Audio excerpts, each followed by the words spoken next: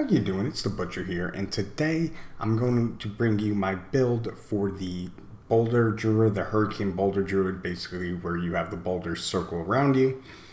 And it's a really fun build that was actually introduced last season to decent reviews, but it's really only been this season where people have experimented more, and it's really, I would say, come more into the limelight as a top tier Druid build. So with that being said, I want to jump into it here. I'm going to start off with the skill tree for you guys. And one thing before I jump into this, so I am going to be coming out with the actual tier list video for the Gauntlet pre-dev live stream, pre any information we got, and then I'll do one probably after that, so people can start getting their gear together. But this is definitely within the top 4 builds, and is definitely one of the contenders for best Druid build. I will say that off the bat. So just take 2 points into whatever here. We're just doing that. We're actually not using a generator. Just doing that to get down to here. And we are taking Shred, and we're taking it into Primal to make sure we get that dash. This will give us a ton of mobility, and it's super helpful. We're not actually using, we're only putting 1 point in this. We have 4 from our helmet, which we'll get to, but it's super helpful for mobility and makes this build a lot faster than if you were not using it. 3 into Predatory Instinct for the extra crit chance. 3 into the movement speed here after when we're in or after we leave werewolf form. We're taking Bulwark into Preserving. We're taking 1 point because that's all we need. If you need more, you put more points in here into Ancestral Fortitude. And then we're taking that into Vigilance for the DR. We're actually not taking anything over here. We're taking 1 into Elemental Exposure and 3 into Endless Tempest to get some more time on our Hurricane, which we will need up to get the boulders to rotate around us. So we're taking Hurricane, and we're taking that into Savage because they deal 20% less damage. This build is very tanky.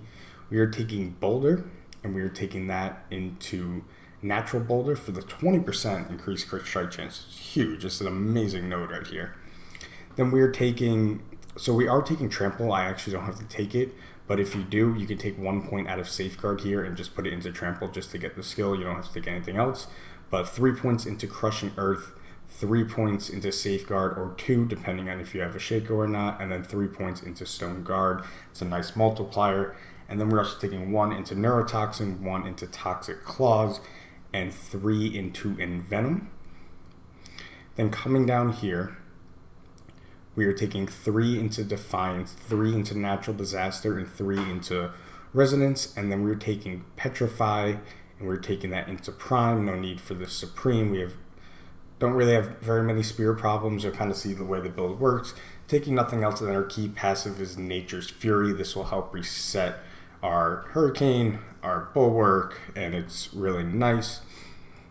And that is it for the skill tree.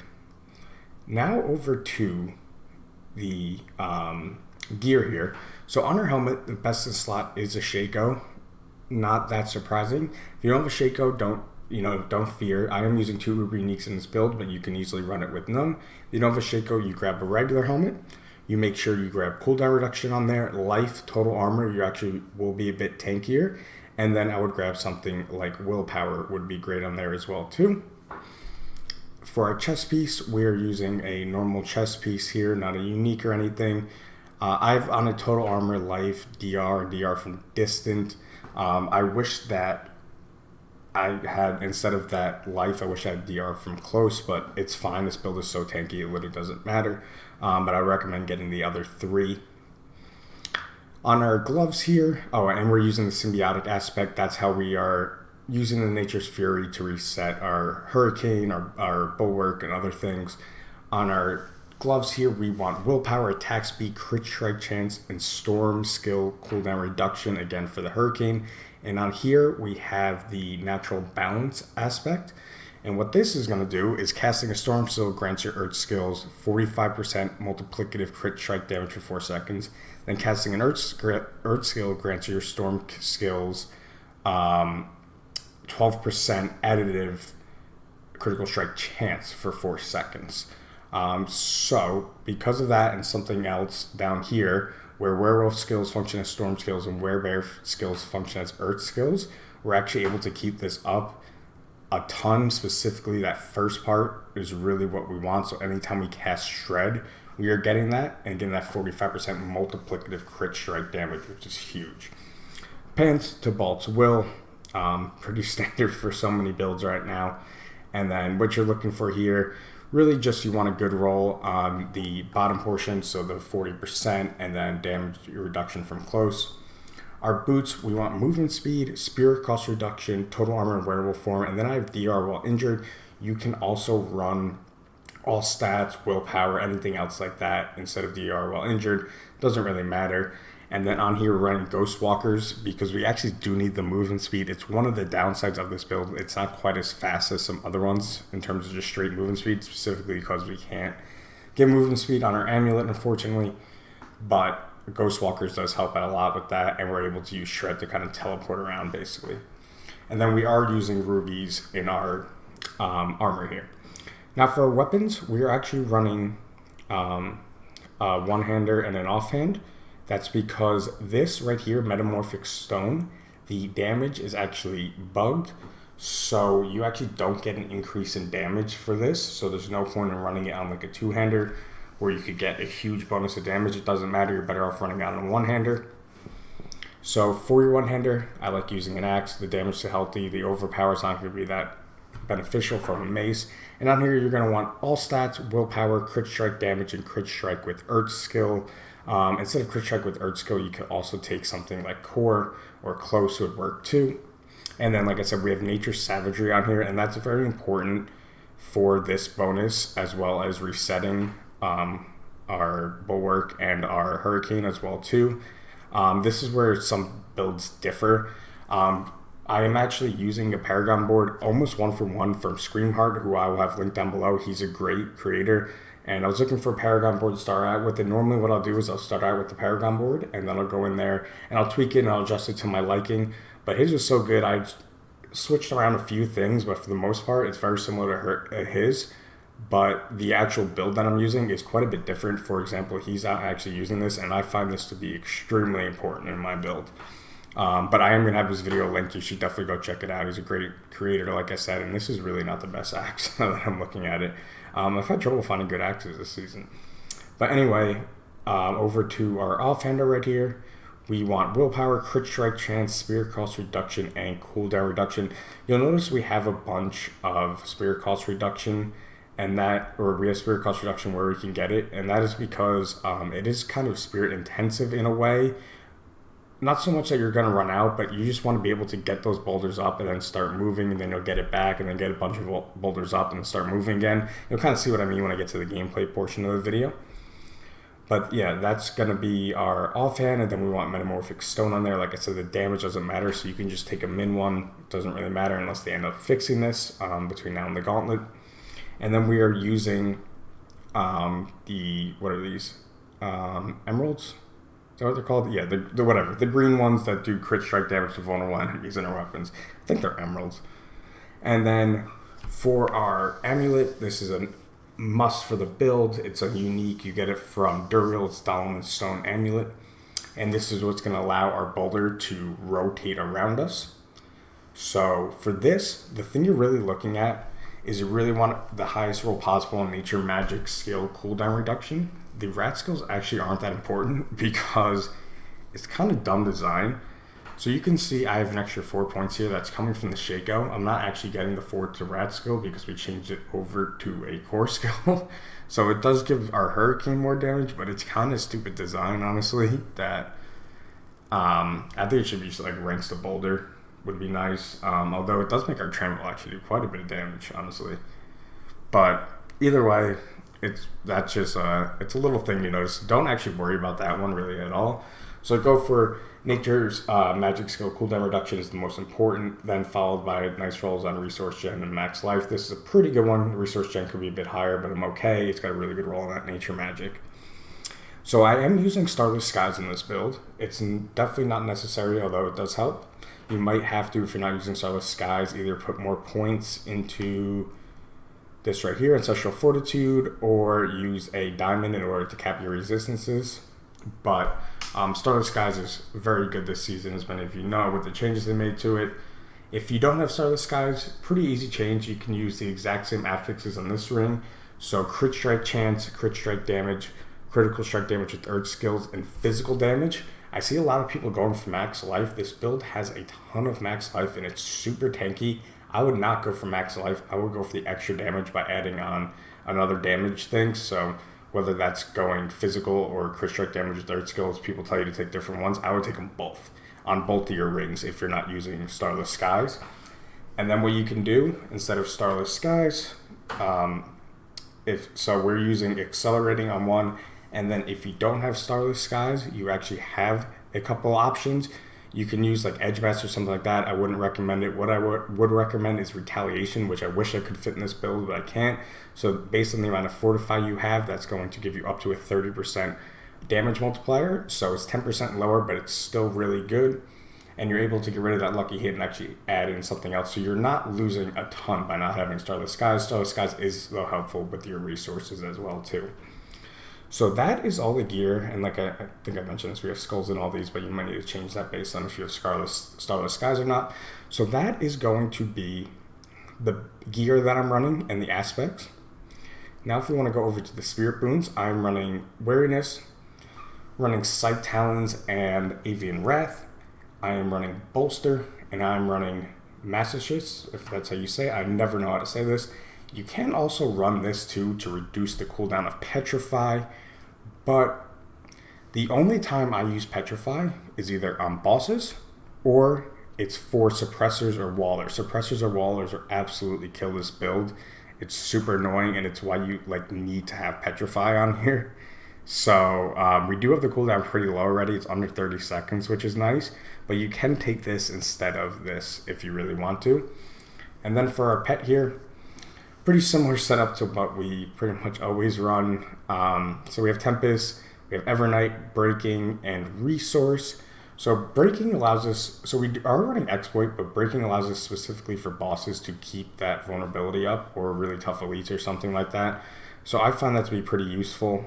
If you don't want to run that, or if you don't have Evernight, some other good options are Fortify, Safeguard, or Efficiency. There it is. And then for Flash of Adrenaline over here, Duration, Tactical, just like always. Genesis if you got it. If you don't, I would recommend Gripping. And now for the Paragon board, like I mentioned, this Paragon board is mainly derived from Screamheart, and I will put his video in the link in the description. He made a fantastic video on his build, so check his out. You can see some of the differences in what we choose to run. I personally prefer this, but his build is very good as well too. So over here we're running Exploit, coming up and taking Spirit. We are coming over here and we are taking Outmatch, and we're coming down to Ancestral Guidance for the 30% multiplicative damage. Super nice. We are coming over and we are taking Undaunted. I actually don't love this.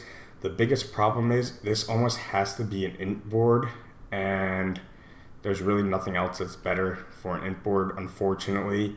I've messed actually around with Tectonic in this board and Territorial, both of them, and Tectonic, wherever it is, and I seem to be getting more damage with Undaunted, but none of them are really the best options, unfortunately. It's just kind of what we have to run because we won't have enough points otherwise. And then finally we're coming over and we are taking Earth and Sky, and then we are taking this Earthen Devastation node. We're not going all in on crowd control or anything. There's not really a need to, but we do get a nice 26% multiplicative damage increase to our Earth Skills Critical Strike. And that's just a nice thing to have, and it doesn't take us that many points to get over to that. So that is a Paragon board. Like I said, shout out to Screamheart. He's a great creator. His video posted down in the description, so you guys can check it out if you want. Now I'm going to jump into the gameplay. Alright guys, and now time for the gameplay portion. We have a tier 99 Alderwood. You can see the affixes right here. Nothing really crazy at all. But let's jump into it and let's talk about a couple things. So first things first, we want to make sure we're unstoppable as much as possible because we need that movement speed. We're pretty slow without it. And then what you're going to want to do, you need to have your Hurricane up, get some bunch of boulders going, and then you're going to want to use your Shred to move into the enemies. And every so often you're going to want to, well, one, you need to keep your Hurricane up. There's a lot to keep track of, honestly, with this build, and it's not the most beginner friendly, I will let you know that. But it is very strong. But you need to keep your Hurricane up, and you need to cast boulders, and I'm trying to explain it and talk, and it's really not that easy to do. But whenever your Hurricane resets, I would recommend just casting it right away and then use your Shred to teleport into enemies. And that way you can constantly keep the movement speed up, and then make sure you're kind of alternating Trample and Bulwark to make sure you keep that unstoppable. Right there we got no actually cast of, what's it called? Let's try to do a full clear, take these guys out. We got no symbiotics, so we actually lost our Hurricane there, but because we have the cooldown on it so low, it actually kind of keeps it up for a second, if you guys can notice that. But right here, like as we're going through, we're gonna have to unfortunately probably lose our Hurricane. But you can see it keeps our boulders going for a while after, so we're still pretty good. So again, cast it up, cast a bunch of boulders, and then use, okay, so we got a suppressor here. So when you get a suppressor, you're gonna wanna instantly cast Petrify. I should have done it as we were approaching it. That's my fault. I'm doing a horrible job of showing this off, and I apologize. But like I said, it's a build that you're gonna have to keep track of a lot of things. Some people set macros and stuff in order to keep the Hurricane up as much as possible while casting boulders. But it is a pretty, like I said, a pretty difficult build to play, I would say. You do also want to keep enemies. You will knock them out of the way. So we have another suppressor here. You can cast that, and then we get actually a Cataclysm from that as well too, which is kind of cool. You can get that sometimes. But you do want to keep enemies towards the edge there where the boulder is actually going to be doing the most damage. It's easier said than done, I would say, unfortunately. But if you can, that's where you want to have them. It'll do the most damage, especially for bosses and elites. But you can, yeah, like I said, you can just shred into them. And then I think we actually have a boss coming up here. So we want to keep our thing up, and we still have it, which is very nice. Okay, so we get him, and we try to get him on the edge here. But you can see the boss damage is pretty good. He's going to go down pretty much with no problem. And that's the build. I mean, like I said, so it's pretty tanky. That was a tier 99. I know we got a little bit low in health, but as you can see, I'm not running Juggernaut or anything.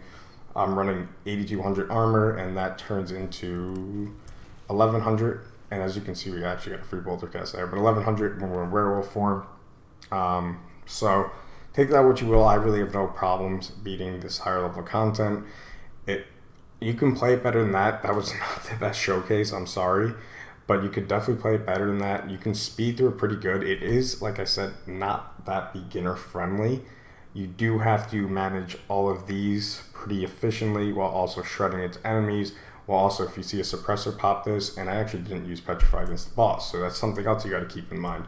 So like I said, there's a lot to it, but it is a very, very strong build. So I hope you guys did enjoy the video, and I will see you in my next one, most likely tier ranking all the Druid builds going into the Gauntlet before we get information about it, and then we can adjust it afterwards. But that way you guys can kind of decide what you want to focus on gathering your gear for. So it's been the Butcher, and I will see you guys in the next video.